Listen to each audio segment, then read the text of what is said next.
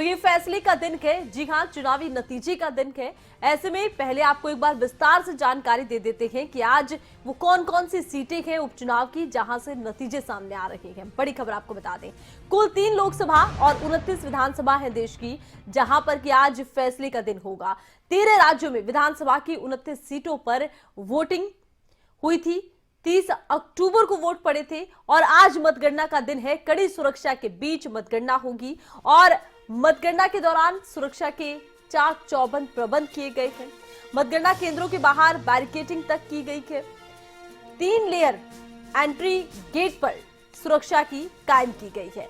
अब 8 बजे एलनाबाद जो सीट है वहां पर शुरू हो रही है मतगणना। हिमाचल में भी मतगणना 8 बजे से शुरू हो रही है।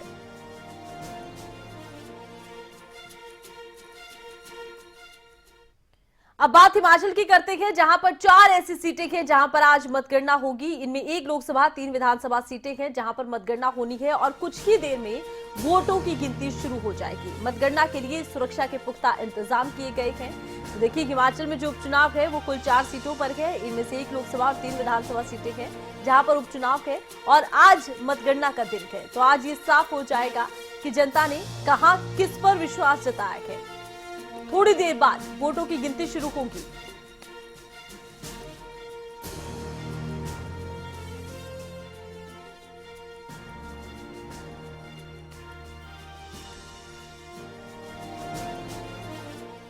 खबरें अभी तक की। हिमाचल से ब्यूरो चीफ अरुण उनियाल इस वक्त हमारे साथ मंडी से लाइव जुड़े हैं। वहीं अर्की से विशाल, खबरें अभी तक के संवाददाता हमारे साथ लाइव जुड़े हैं। अरुण उनियाल जी, पहला सवाल आपसे रहेगा।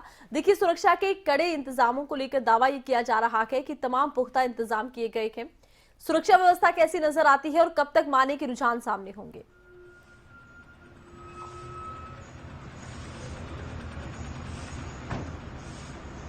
देखिए आरती, सबसे पहले तो मैं आपको ये बता दूं कि हिमाचल के ये जो 4 उपचुनाव हैं, जिसमें एक मंडी संसदीय सीट है और 3 विधानसभा उपचुनाव है, ये पहला ऐसा मौका होगा जब चुनाव के दौरान कोरोना प्रोटोकॉल के अंदर सारी चीज़ें होती दिखाई हमारे को दे रही हैं। सुरक्षा का मतदान से लेकर मतगणना तक के पुख्ता इंतजाम चुनाव आयोग के द्वारा किए गए थे और लगभग ये जो हिमाचल प्रदेश की 20 विधानसभा मंडी संसदीय के 17 अगर हल्के मिला दिए जाए और 3 विधानसभा के उपचुनाव के हल्के मिला दिए जाए तो इन 20 विधानसभा के लिए तकरीबन 2 दर्जन ये पोलिंग सेंटर्स है जहां पर ये आज मतगणना होनी है और इन्हीं केंद्रों के अंदर सख्त प्रोटोकॉल के हिसाब से मतगणना की जाएगी।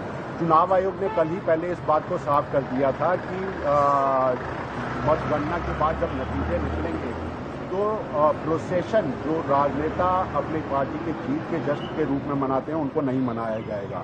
और दूसरी बड़ी बात यह है कि इन सभी लोगों के 4 जो हमारे ये उपचुनाव हैं और इसमें लगभग 18 प्रत्याशी अपना भाग्य आजमा रहे हैं। उनके भाग्य का फैसला जनतंत्र के अंदर जनमत जनादेश का ये जो फैसला है, ये आपको आज लगभग 10 से 11 बजे के करीब जो है ये रुझान मिलने शुरू हो जाएंगे और चुनाव आयोग की तरफ से साफ किया गया है कि 12 से 1 बजे तक ये जो है नतीजे बिल्कुल लोगों के सामने साफ फैसले के रूप में जरूर नजर आ जाएंगे। सुबह का समय है, 8 बजे से मतगणना शुरू होनी थी और उसको लेकर पूरी तैयारियां, काउंटडाउन जो है वो उसका शुरू हो चुका है। मतगणना की पेटियां जल्दी खुलती दिखाई देंगी, लेकिन सबसे पहले बैलेट पेपर और इसके साथ जो सर्विस वोटर्स हैं उनकी गिनती जो है चुनाव आयोग करता जरूर दिखाई देगा। लेकिन धुकधुकी बंधी है। और आरती, एक दूसरी खबर दे दूं, क्योंकि कल ही इस बात को पुख्ता किया जा रहा था कि मुख्यमंत्री जयराम ठाकुर मंडी में मौजूद रह सकते हैं।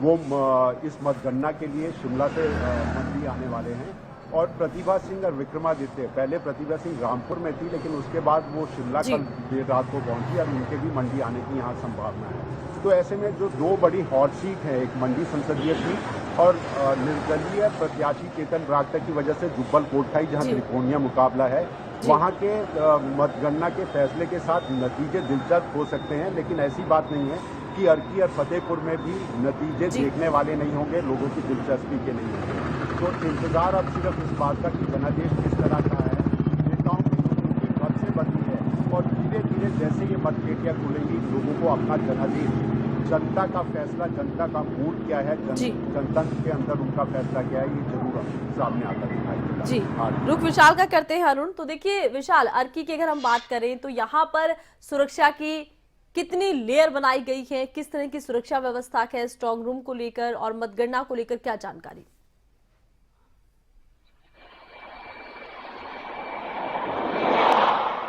जी आरती, जहां तक सुरक्षा दृष्टि की बात की जाए तो यहाँ पर पूरे जो व्यवस्था है वो की गई है। जो पहला चरण है वहां पर जो स्थानीय पुलिस है वो लगाई गई है। उसके बाद जो एसएसबी जो है वो उनकी भी यहाँ पर तैनाती की गई है। पूरे का पूरा जो पुलिस का अमली जामा है, जो आला अधिकारी हैं, एसपी सोलन है, एडिशनल एसपी हैं, वो भी जो है मौके पर मौजूद है। किसी प्रकार की कोई भी अप्रिय घटना ना घटे उसका जो पूरा ध्यान यहाँ पर रखा गया है। जी आरती जी, तो किसी तरह की अप्रिय घटना ना घटे इसका ध्यान विशाल खास तौर पर रखा जा रहा है और सुरक्षा के कड़े प्रबंध किए गए हैं। अरुण देखिए, अगर हम बात कर रहे हैं हिमाचल की राजनीति की, तो ये सेमीफाइनल है और इस पर सभी की निगाहें टिकी है। माना यह जा रहा है सेमीफाइनल जो राह बनाएगा उसी राह पर आने वाले विधानसभा चुनाव भी होंगे। ऐसे में ये उपचुनाव कितना महत्व रखते हैं, क्योंकि फिलहाल तो सीधे तौर पर टक्कर में कांग्रेस और बीजेपी नजर आ रही है।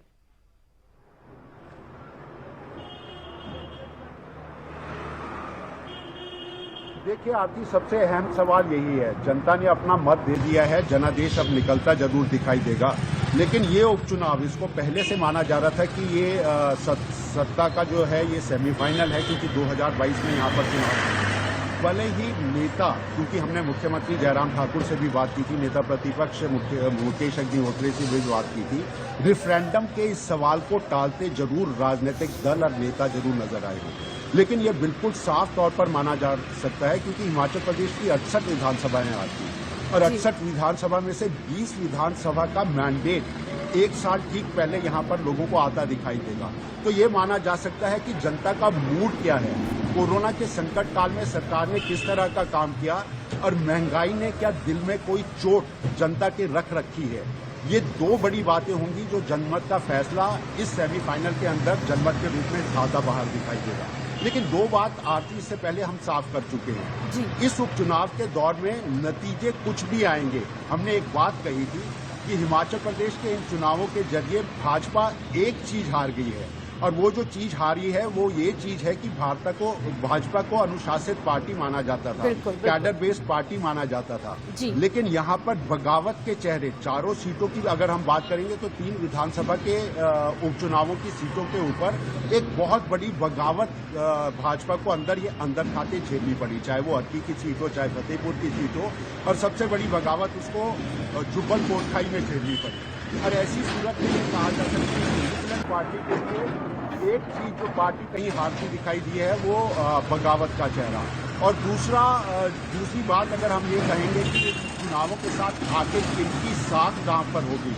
देखिए, मंडी का चुनाव है, मंडी का चुनाव मुख्यमंत्री नहीं लड़ रहे, ब्रिगेडियर खुशहाल सिंह और प्रतिभा सिंह के बीच में ये चुनाव है। लेकिन प्रतिष्ठा दाव प्रतिभा सिंह कांग्रेस के भीतर, कांग्रेस के ये जो परिवार है, राज परिवार जिसको वीरभद्र सिंह परिवार के तौर पर जाना जाता है, एक साख और प्रतिष्ठा उनकी लगी है, और आने वाली भविष्य की राजनीति इस परिवार की इन चुनावों के नतीजों के साथ तय होती जरूर नजर आएगी। लेकिन दूसरी तरफ चुनाव लड़ रहे हैं ब्रिगेडियर खुशहाल, लेकिन ये वो मंडी है जिस मंडी ने हिमाचल प्रदेश में भाजपा को ही नहीं किसी भी राजनीतिक दल के तौर पर एक मुख्यमंत्री दिया है। तो ऐसे में ब्रिगेडियर खुशहाल सिंह से ज्यादा बड़ी साख प्रतिष्ठा जो है वो दांव पर मुख्यमंत्री जयराम ठाकुर की लगी है।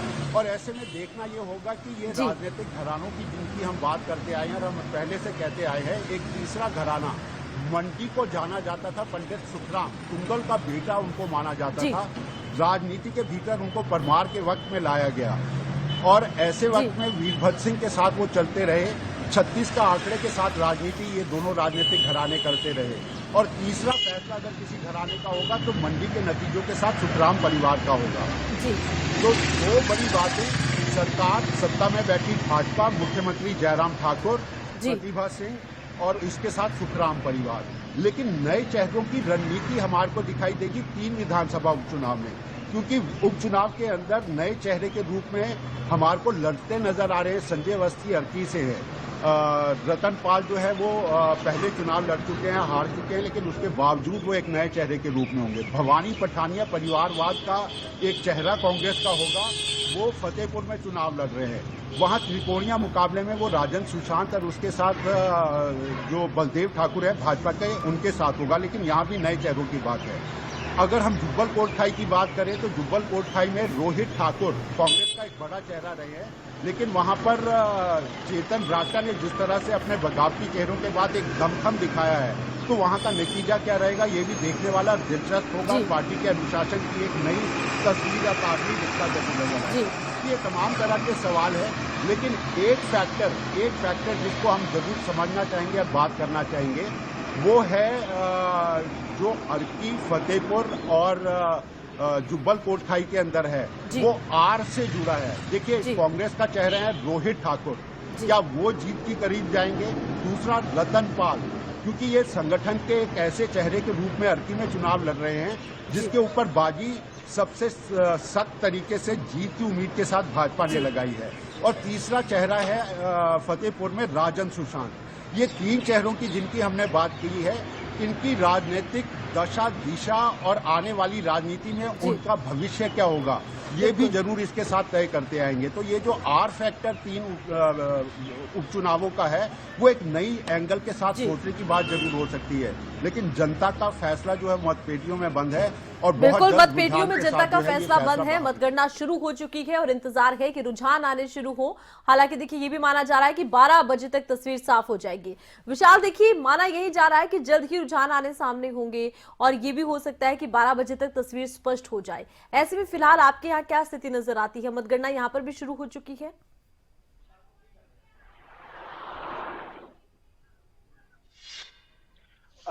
बिल्कुल आरती, जो है इस समय अर्की का जो छात्र वरिष्ठ माध्यमिक पाठशाला है, यहाँ पर मतगणना शुरू हो चुकी है। हालांकि जो है अभी पूरी तैयारियां चली हुई है। जो ईवीएम मशीनें हैं उन्हें ठीक ढंग से जो पोलिंग एजेंट्स है उनको दिखाया जा रहा है। जैसे ही उसके बाद एक एक करके, जो सबसे बड़ी बात है इस बारी यहाँ पर 26 राउंड में आरती जो है ये काउंटिंग होगी और हर काउंटिंग के लिए जो उसमें 6 टेबल लगाए गए हैं और हो सकता है कि कोई करीब 15 से 20 मिनट बाद जो पहला राउंड है शायद उसके नतीजे आ जाए। और जैसा कि बताया जा रहा है कि 12 बजे तक हो सकता है कि अर्की को एक नया विधायक भी मिल जाए, ऐसी भी उम्मीद जताई जा रही है। जी आरती जी, तो ऐसी भी उम्मीद जताई जा रही है। बहुत बहुत शुक्रिया विशाल, तमाम जानकारी आप दर्शकों तक पहुंचाते रखे हैं। रुख हम अब अरुण का करते हैं। अरुण, देखिए जैसा कि आपने अभी अभी कहा कि अगर हम हिमाचल की पूरी राजनीति को उपचुनाव की देखें तो 2 ऐसी सीटें हैं जो कि लगभग हॉट सीट बन चुकी हैं। मंडी देख लीजिए आप, जुब्बल कोटखाई सिर्फ चेतन बरागटा की वजह से हॉट सीट बन गई है, क्योंकि एक बगावत पहली बार हिमाचल बीजेपी में नजर आई है और इन चुनाव में बगावत खुलकर सामने आ गई है। ऐसे में ये जो हॉट सीट है, यहां पर चुनावी समीकरण क्या बन रखे हैं? सीधी सीधी टक्कर यहां बनती नजर आ रही है।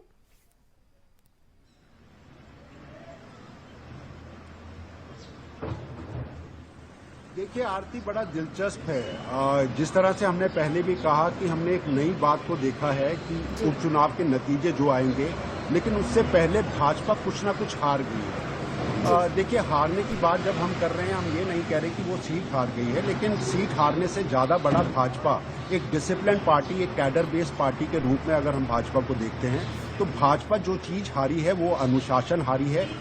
पार्टी के भीतर चुनाव, देखिए सत्ता, इसको कहा जाता है कि सत्ता शहद के मधुमक्खी के शहद के छत्ते की तरह होता है।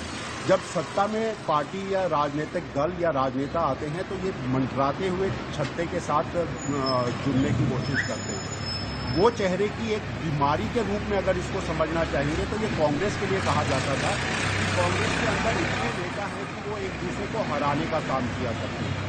लेकिन ये चीज जो है वो धीरे धीरे करके सत्ता में जैसे जैसे भाजपा अपने दिन बढ़ा रही है, साल बढ़ा रही है और ये लंबे दशक बढ़ा रही है, उसके साथ साथ ये आपको आता दिखाई दे रहा है कि भाजपा के अंदर भी ये बगावत के चेहरे, एक दूसरे को हराने के चेहरे जो है वो सामने आने लगे हैं। और शायद यही नतीजा है कि आपने जुब्बल कोटखाई में एक बड़ा विस्फोट के तौर पर चेतन रास्ता की बगावत को देखा होगा और उस बगावत की वजह से आज स्थिति ये हो गई है कि जुब्बल कोटखाई में लोग शर्त लगा रहे हैं कि पहले नंबर पे, दूसरे नंबर पे जो मर्जी रहे, लेकिन तीसरे नंबर पर कौन होगा? क्या ये भाजपा जो है पार्टी, जहां उनको कैडर बेस के अंदर अपने इन लोगों के, चेतन राठा के समर्थन में आए लोगों को निष्कासन तक करना पड़ा। एक 2 दर्जन 2.5 दर्जन के करीब जो है नेताओं को निकाल दिया गया और कैडर ने वहां पर बूथ लेवल के ऊपर एक संकट भाजपा के लिए खड़ा हो गया था। तो क्या ऐसी स्थिति में भाजपा की स्थिति जुब्बल कोटखाई में तीसरे नंबर की रहेगी? जिस तरफ का इशारा मुकेश अग्निहोत्री लगातार करते रहे कि फतेहपुर और जुब्बल कोटखाई में भाजपा पहले और दूसरे की नहीं, तीसरे नंबर की लड़ाई लड़ रही है। तो नतीजे में ये चीज देखने की जबरदस्त कोशिश होगी और ऐसी सूरत में भी कोशिश जरूर होगी, क्योंकि कांटे की टक्कर ये रोहित ठाकुर और चेतन राठा के बीच में मानी जा रही है। अगर चेतन राठा निर्दलीय के रूप में कोई करिश्मा करते हैं, तो जिस भाजपा ने उनको बाहर निकाला और ये कहा है कि 6 साल बिल्कुल निष्कासित उन्हें किया गया है 6 साल के लिए, तो देखना ये होगा कि नतीजे क्या कहेंगे जुब्बल कोटखाई सीट के।